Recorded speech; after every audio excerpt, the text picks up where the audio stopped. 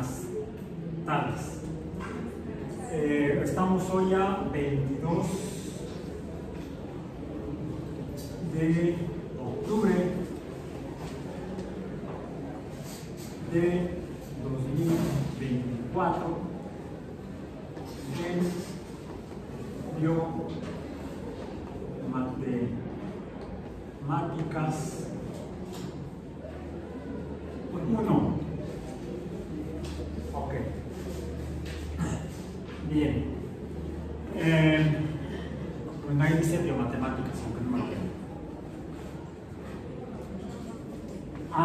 El día de ayer que comenzamos con nuestra primera sesión del curso de la web de Biomatemáticas 1 en este trimestre 24 otoño o 24O,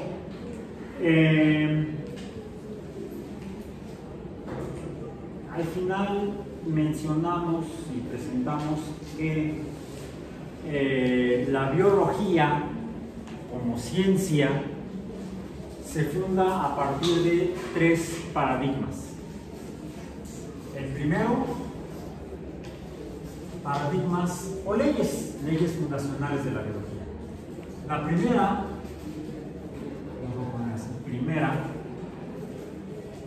La primera ley fundacional de la biología o primer paradigma, dijimos que fue pues la ley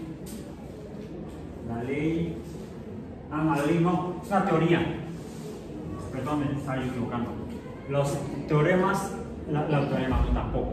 Las teorías fundacionales de la biología son 3 teorías o principios fundacionales de la biología. La primera teoría, lo que pasa es que se llama de ley. Una ley, de hecho, es una afirmación que permite hacer alguna predicción de alguna manera. Es como una especie de oráculo, bola de cristal, ¿sí? El instrumento de un pitonizo o pitonisa en ciencia, que es objeto de estudio de este curso, de esta web. Vamos a hacerle no al adivino, al pitonizo o a la pitonisa. Esas son las matemáticas también. Entonces, la primera teoría fundacional de la biología es la teoría, por eso me sonaba, la teoría celular. Una teoría en ciencia es una afirmación que explica, al menos parcialmente, cómo funciona algo en la naturaleza y tiene la capacidad de hacer predicciones. Esa explicación se basa en evidencias verificadas y verificadas independientemente por más de una persona.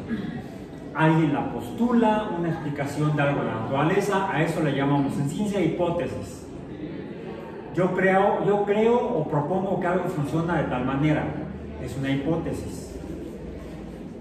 La hipótesis, para que sea hipótesis, debe plantear una manera de ser confirmada o refutada. A través de llevar a cabo esa serie de instrucciones que establece o están explícitas a partir de la hipótesis, si se verifica que la explicación o hipótesis es cierta, es verídica, es confirmada por la actividad, la experiencia u observación, el experimento, lo decimos en ciencia, entonces se plantea como pasa a ser una hipótesis hacia una tesis. Por eso se le quita el hipo, no porque se asuste. Ese es otro tipo de hipo. O sea, hipótesis significa por debajo de la tesis. Entonces, deja de ser hipótesis para pasar a ser tesis. Y se da a conocer a gente, a colegas, a colaboradores y a personas que están atendiendo ocupados por el mismo asunto que pretende explicar la hipótesis. Verifican que la metodología, procedimiento instrucciones que llevó a cabo la persona que postuló la hipótesis e hizo la experiencia para verificarla, verifican que sea cierto. En ciencia le llamamos la reproducibilidad o reproducción del experimento o observación. Un experimento, observación o procedimiento que surge de una hipótesis debe ser reproducible.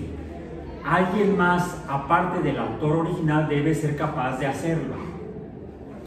Si obtiene los mismos resultados, no solamente una persona más, sino muchas otras personas, entonces le dicen, ¿qué crees? Sí es cierto lo que dijiste. Y como están ahora de acuerdo en que es cierta la confirmación de la explicación o hipótesis, pasa de ser solamente tesis a ser una teoría. Esa explicación puede tener varias partes que explican cada una una pequeña parte de esa explicación más amplia, y esas pueden ser las leyes o teoremas. Bueno, no voy a abordar más porque sería entonces un curso de filosofía de la ciencia y no biomatemáticas. Entonces, la teoría celular es planteada después de que muchas personas, principalmente en Europa, porque son los que sabemos que lo publicaron, o sea, lo escribieron y lo compartieron, lo imprimieron y lo repartieron, quizás hasta lo vendieron, y los demás lo leyeron, lo reprodujeron, se pusieron de acuerdo en que los seres vivos están formados todos por células, o cells en inglés, según dijo Robert Hooke. Dos de los contribuyentes a la teoría celular que mencioné fueron Leeuwenhoek, Leeuwenhoek de los Países Bajos, y el otro fue Robert Hooke, con E, si no sería el capitán Hooke, el capitán Garfield. No, este es con E al final. Por cierto, no sé si este también era pirata. Por ahí se peleaban con Newton diciendo que Newton había pirateado las ideas de uno. Ok. Ellos y otros plantean y comprueban que los seres vivos están formados por células. Teoría celular, primera explicación de cómo son los seres vivos. Segunda explicación, cronológicamente, es la segunda explicación o teoría, pues aquí un símbolo de más, vamos a más con la A, es la teoría de la evolución, me faltó la E, de la evolución por, este es más largo, selección natural. Y es necesario poner esto, y no solamente a la teoría de la evolución, porque hubo otras antes. Por ejemplo, la de Lamarck, la de Jean-Baptiste Lamarck, francés, que decía que las jirafas se habían formado a partir de quizá antílopes en África estirando el cuello. Pero ningún experimento lo ha confirmado. Alguien que estaba de acuerdo con esta explicación o hipótesis de Lamarck fue un naturalista de nombre Erasmus Darwin. ¿Le suena? Sí, era el abuelo de Charles Darwin. El abuelo, porque el papá era médico. El papá de Charles Darwin era médico. Bueno, la teoría de la evolución por selección natural corrige la teoría de evolución de Lamarck o adaptativa de Lamarck y Darwin, Erasmus, y es postulada simultáneamente por Charles Darwin y Alfred Russel Wallace. Darwin y Wallace son los que publican, los que hacen pública la explicación de cómo se forman las especies. por evolución, por selección natural. Esto en 1859, y esa sí tenemos una fecha específica cuando se publicó el libro de Darwin, que fue confirmado, apoyado por los experimentos de Wallace. Observaciones de Wallace. En cambio, esta fue a lo largo de mucho tiempo, no hay una fecha específica. La segunda sí, 1859. Y en 1865 se da a conocer y se publica, nada más que luego se pierde en el tiempo, la tercera teoría fundacional de la biología como ciencia, que es la teoría, aquí la vamos a poner en palabras, la teoría genética de la herencia, o cómo se transmiten las características de padres a hijos a nietos, bisnietos, tataranietos, chornos, etc. ¿Por qué los hijos se parecen a los padres y luego los nietos se parecen a los abuelos? Pero ¿por qué hay variaciones incluso? No siempre son iguales, a veces se parecen más a uno que a otro, al padre o a la madre, al abuelo o a la abuela. Es porque las características se transmiten a través de genes. Ay, se me fue por donde no debía.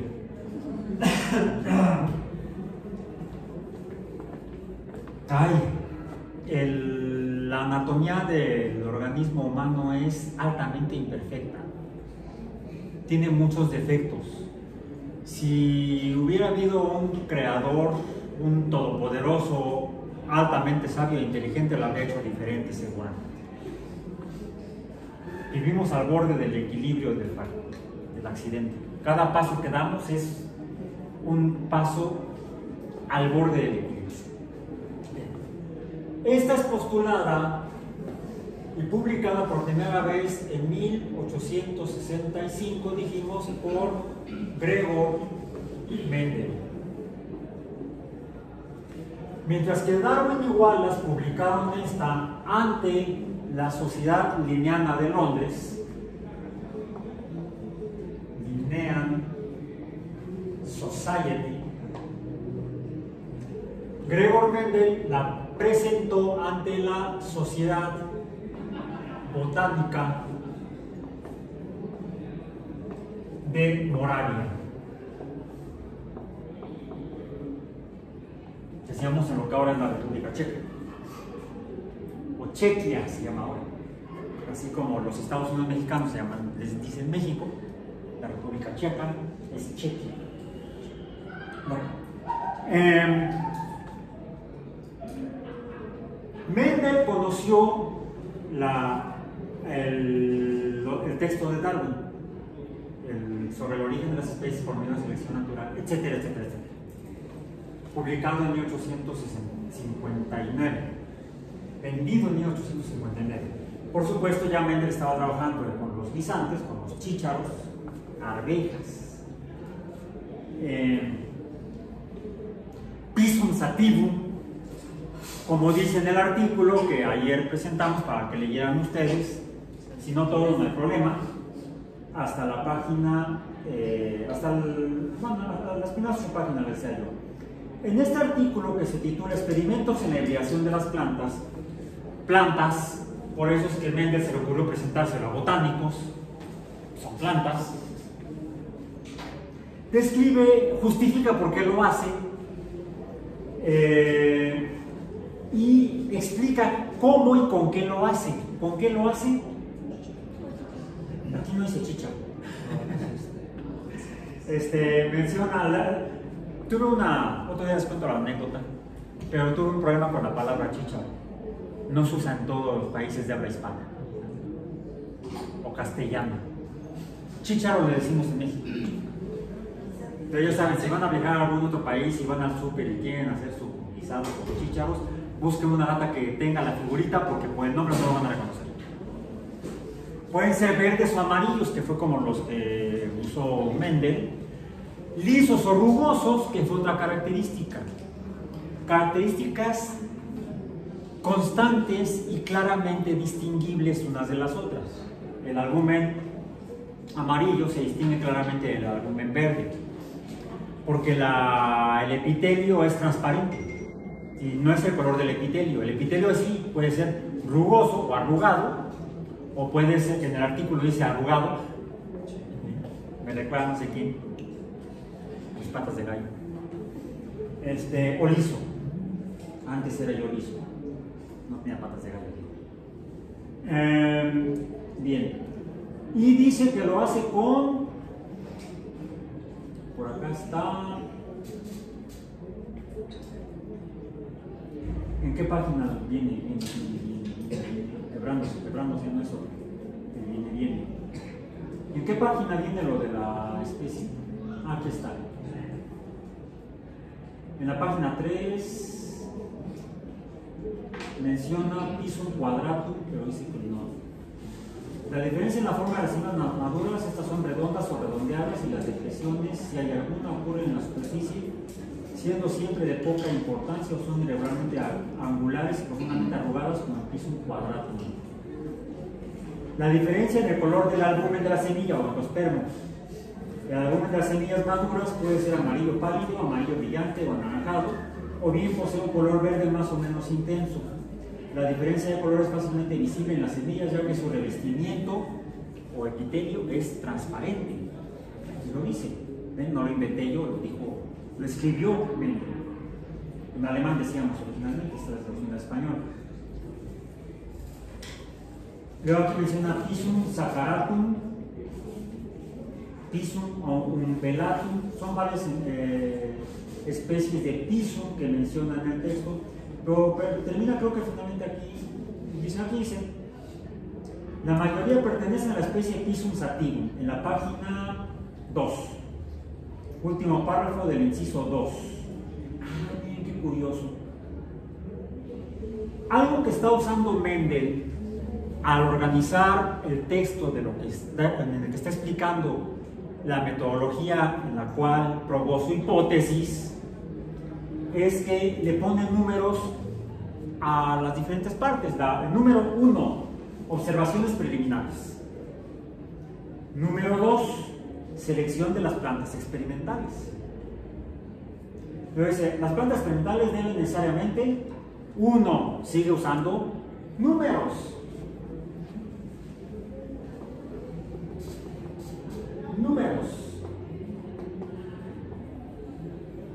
Aquí vamos a detenernos un momento. ¿Qué es un número?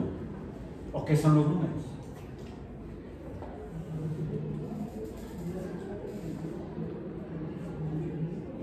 Han llevado cursos de matemáticas desde el preescolar, decíamos el día de ayer.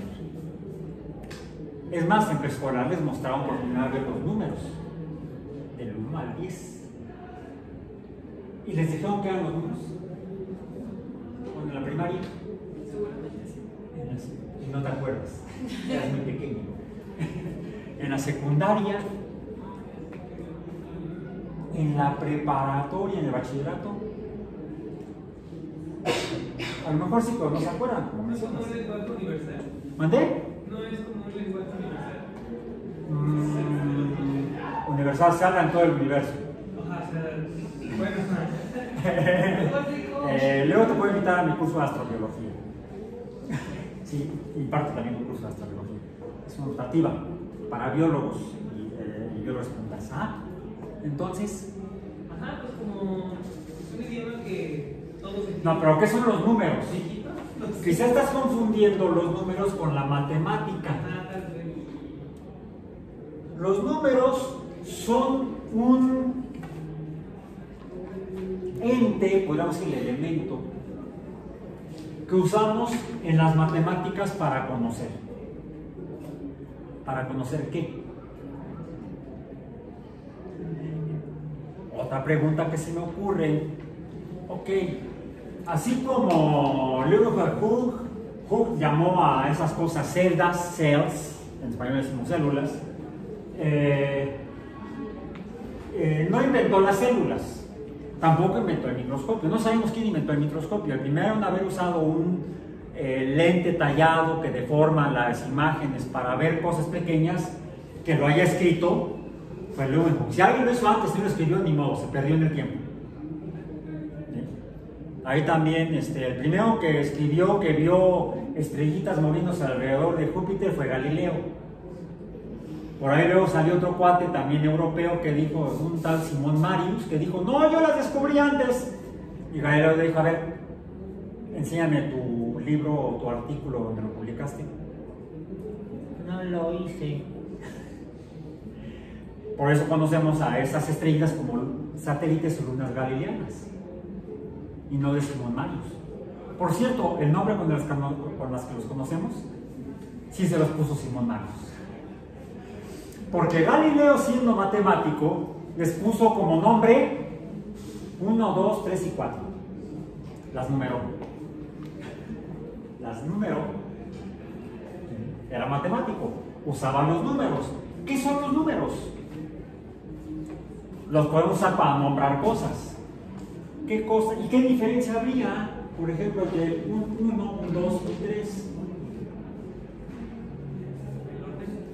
Bueno, aquí estamos por un orden. De hecho, entonces, a estos números a veces en lugar de A le ponemos O, un circulito, y a estos números les podemos llamar números, voy a poner la letra N de número, ordinales de orden. Indican un orden de ideas. ¿Cuál fue al principio, cuál siguió y cuál fue la última? Si no son nada más 3. Bueno, actualmente ya en el siglo XXI tenemos muchas más teorías que explican cómo funcionan los seres vivos. Pero las 3 primeras, las que fundan a la biología como ciencia, son estas 3. Entonces, los números son algo que nos sirve para ordenar. Y podríamos incluso a estos llamarles números ordinales. Ojo, que no es muy ordinarios. Serían muy ordinarios, muy comunes y corrientes.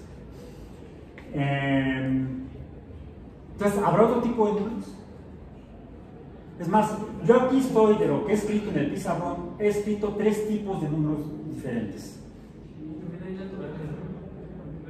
Y artificiales. ¿Resultaste naturista? Mira, no seas vegano. Bueno, igual, yo respeto. ¿Sí? Yo soy omnívoro, no solamente carnívoro. ¿Sí? Porque lo explica esto. Esto explica que los humanos debemos comer de todo. Y no porque no tengamos ahí colmillo de grandotes, no comemos carne. Porque lo ponen ahí en algunas imágenes tipo meme. Que no hay carnívoros y ponen ahí unos colmillos.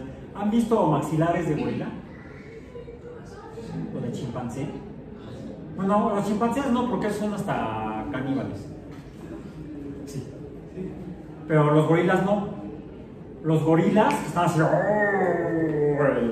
como dicen, el macho lomo plateado, son veggies, estrictos. Son vegetarianos, son herbívoros estrictos. No se alimentan de carne. Más si comen carne les hace daño. En cambio los chimpancés sí son carnívoros. Hasta caníbales son. Chimpancés sí comen chimpancé. Parece que no. ¡Ay, qué mono! Entonces,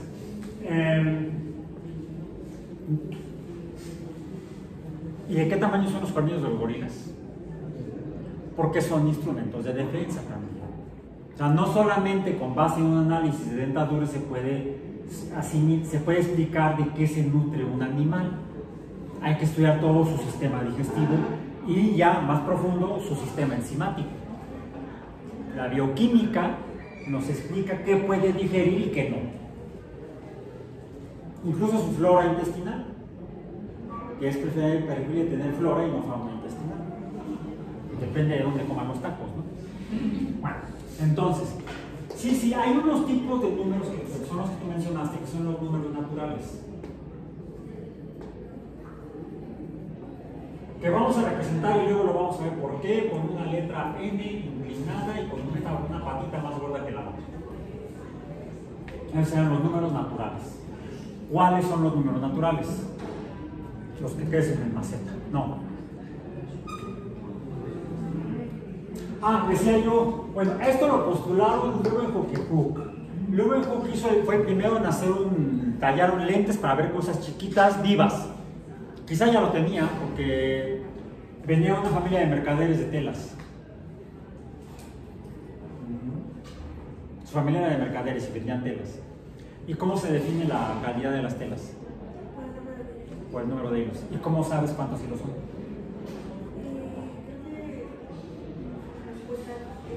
Los cuentas, usas números. Bueno, ok, usas números para saber cuántos hilos había, pero ¿cómo supiste que eran esos? ¿Los viste? ¿Qué usas para ver los hilos? Un microscopio para las telas más finas. ¿Sabes que el tipo estaba cansado de ver telas y digo a ver otra cosa? Yo subaba y encontró ahí. ¡Qué asco! Sí.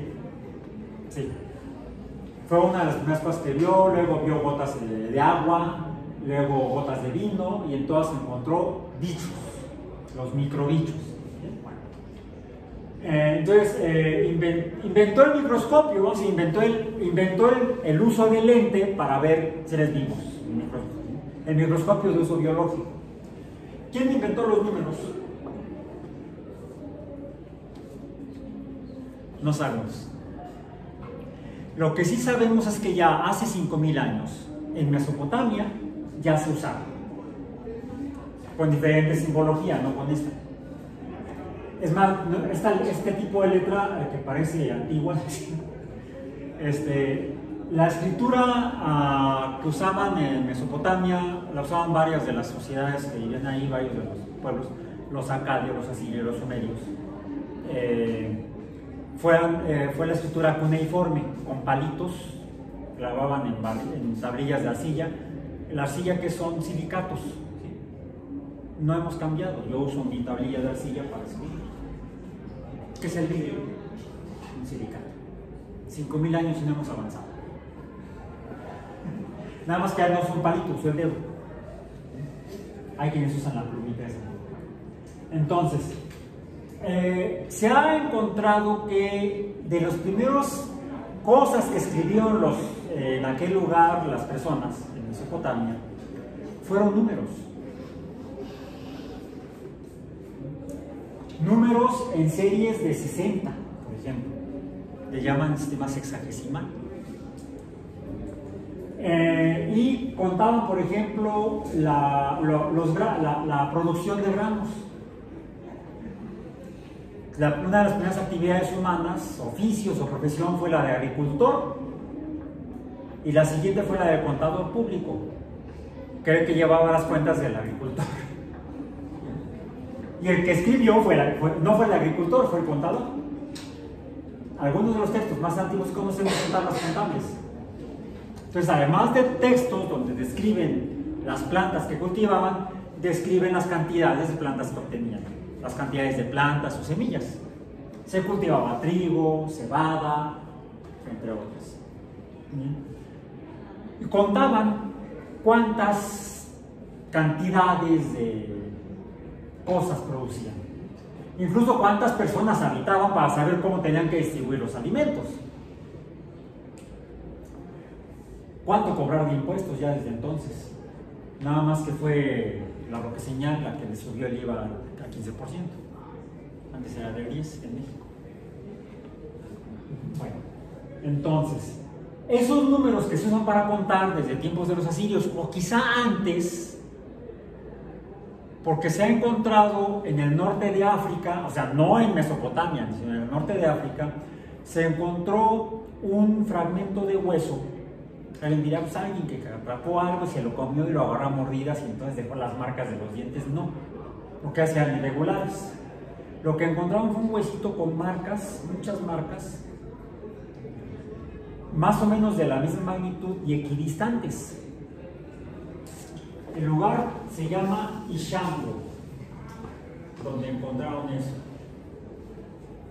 en África. Y lo que tiene son rayitas equidistantes más o menos iguales, en grupos que más o menos se repiten. ¿Qué creen que estaba haciendo la persona que tuvo ese hueso en la mano? Tal vez estuvo contando. Es una hipótesis. Desafortunadamente no tenemos otra evidencia que nos confirme la hipótesis. Pero se asume que esto alguien lo hizo hace aproximadamente entre 10 y 20,000 años.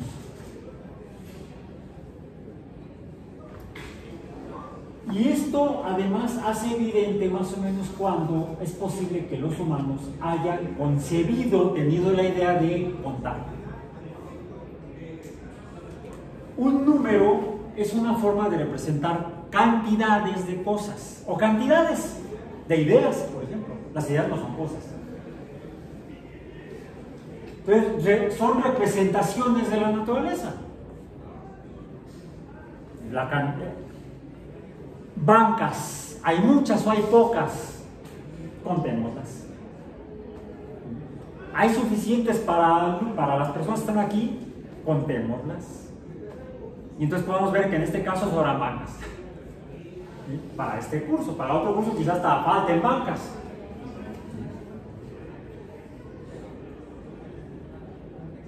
Hace 10,000 a 20,000 años, pero los humanos tienen, el Homo sapiens se ha medido de alguna manera experimental, física, el número de años de antigüedad de haber aparecido por evolución natural en el noreste de África o en el este de África, el Homo sapiens, nosotros, nuestros ancestros, hace aproximadamente entre 300 y 400,000 años, menos de medio millón de años tiene la humanidad, que evolucionó en el este de África y de ahí se dispersó por los diferentes continentes.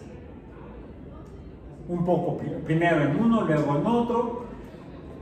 A Oceanía llegaron hace 30,000 años.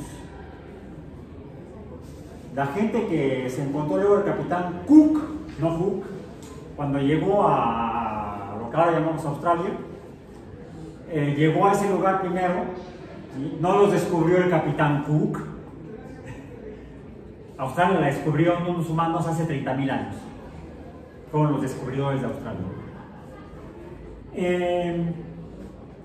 ¿Qué no había ocurrido hace 30,000 años?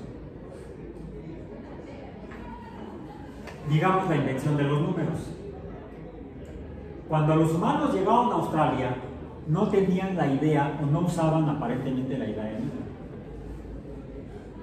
Bueno, los nativos australianos o los descendientes de los nativos australianos, no los actuales australianos que son güeritos y les da cáncer en la piel porque surfean al sol, ¿sí?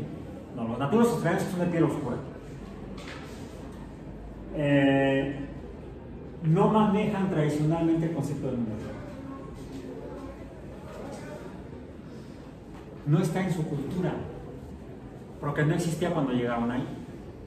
Llegaron brincando de tierra en tierra, el nivel del mar había bajado por cuestiones climatológicas, no llegaron remando, sino aparentemente llegaron caminando del sureste de Asia, en zonas bajas, donde se podía caminar, llegaron así caminando a Australia. Actualmente no se puede, hay que llegar navegando. ¿Sí? Cuando sube el nivel del mar,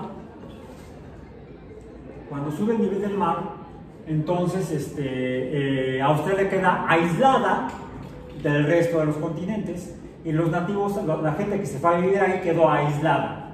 Entonces no se enteraron de esto, no les llegó. ¿Cuándo llegaron los primeros humanos a este continente? Los que descubrieron este continente, no el que llegó en 1492.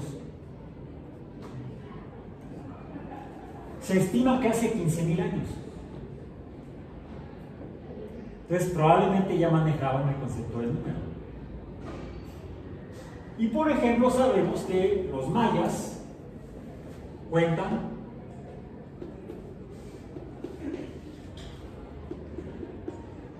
con puntos, más cuando llegan al 5 hacen una raya. En Europa los romanos cuentan así. Bueno, contaban, ya no, ahora cuentan con esos números. Alguien diría, 4 rayitas, no.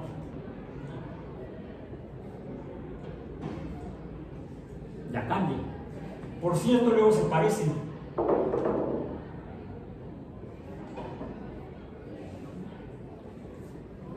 Se parecen cuando son iguales. Esto hace diferencia. Esto representa de hecho una operación con números. Si esto representa una cantidad equivalente a este, le llamamos actualmente 1, ¿sí? A este le llamamos 2, a este le llamamos 3, a este 4, 5, etc. Bueno, este sería 2 puntos, bueno, estos puntos, uno con otro igual,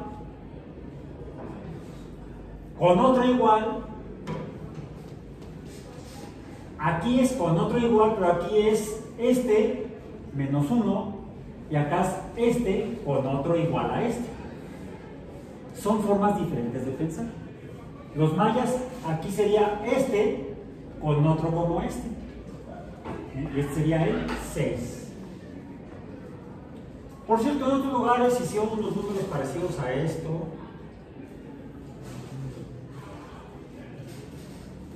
No me acuerdo cómo son, pero están medio raros. Casos que llegan por acá. Este sería así, déjenme ver. No, me sobró. Ya más o menos tengo que ir.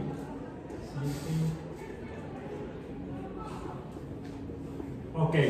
Aquí serían 1, 2, 3, 4, 5, 6, 7, 8, 9, 10. Serían los nombres de estos números. Ok. Y acá.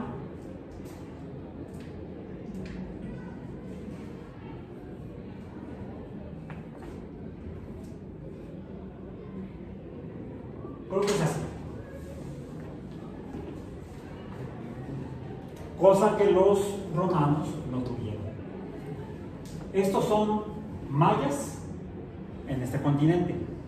Estos son romanos en Europa. Y estos son que se parecen a estos. De hecho, estos vienen de acá. Todos sirven para contar. Todos son números naturales, salvo este que no existe para los romanos, pero sí para los mayas y para los indios. Estos luego números de la India los llevaron los árabes a Europa y por eso es que los europeos le llaman arábigos, pero en realidad los inventaron los indios. El solo hecho de usar este número que no es natural, ¿cómo se llama? 0, les permitió a los indios y a los mayas hacer una matemática mucho más poderosa que los europeos. Y en esto me voy a quedar en este momento. Son las 2:53. La segunda parte de nuestro curso va a ser en el Teatro del Fuego Nuevo. La clase es de 2 a 4. Pero a las 3 tenemos un evento aquí en la unidad de Iztapalapa, porque hoy comenzamos la Semana Mundial del Espacio. Oficialmente la convoca la Organización de las Naciones Unidas del 4 al 10 de octubre. ¿Por qué el 4 de octubre? Porque fue cuando lanzaron el Sputnik. De esta playera representa el Sputnik. Por eso la traigo. Bien. Pero como en el 4 de octubre andábamos en el intertrimestre, ¿sí? Fue por esto que pasamos la Semana Mundial del Espacio en la UAM el 22, 23 y 24 de octubre. Hoy va a ser en el Teatro del Fuego Nuevo, de 3 a 5 de la tarde hay una conferencia, ¿sí? Por el doctor Rodolfo Nerivela, el primer astronauta nacido en México. Fue al espacio, estuvo una semana en el transbordador Atlantis haciendo experimentos en diciembre de 1985. Y la segunda persona nacida en México que ha pasado los 100 kilómetros, otro número, sobre el nivel del mar, la línea Kármán se llama, que es donde se asume que comienza el espacio extraterrestre, es una chica nacida en Guadalajara, que estudió en California, trabajó en la NASA y en uno de los cohetes de Jeff Bezos hizo lo que hizo Alan Shepard, norteamericano, en 1961, pero Katia lo hizo hace 3 años. Fue al espacio extraterrestre y regresó. Y ahora vive aquí en México. ¿Sí? Se dedica también a dar charlas. Entonces, están invitados a, porque además de la clase, en el Teatro del Fuego Nuevo, vámonos para allá. Que fue lo que hace rato me estaban llamando.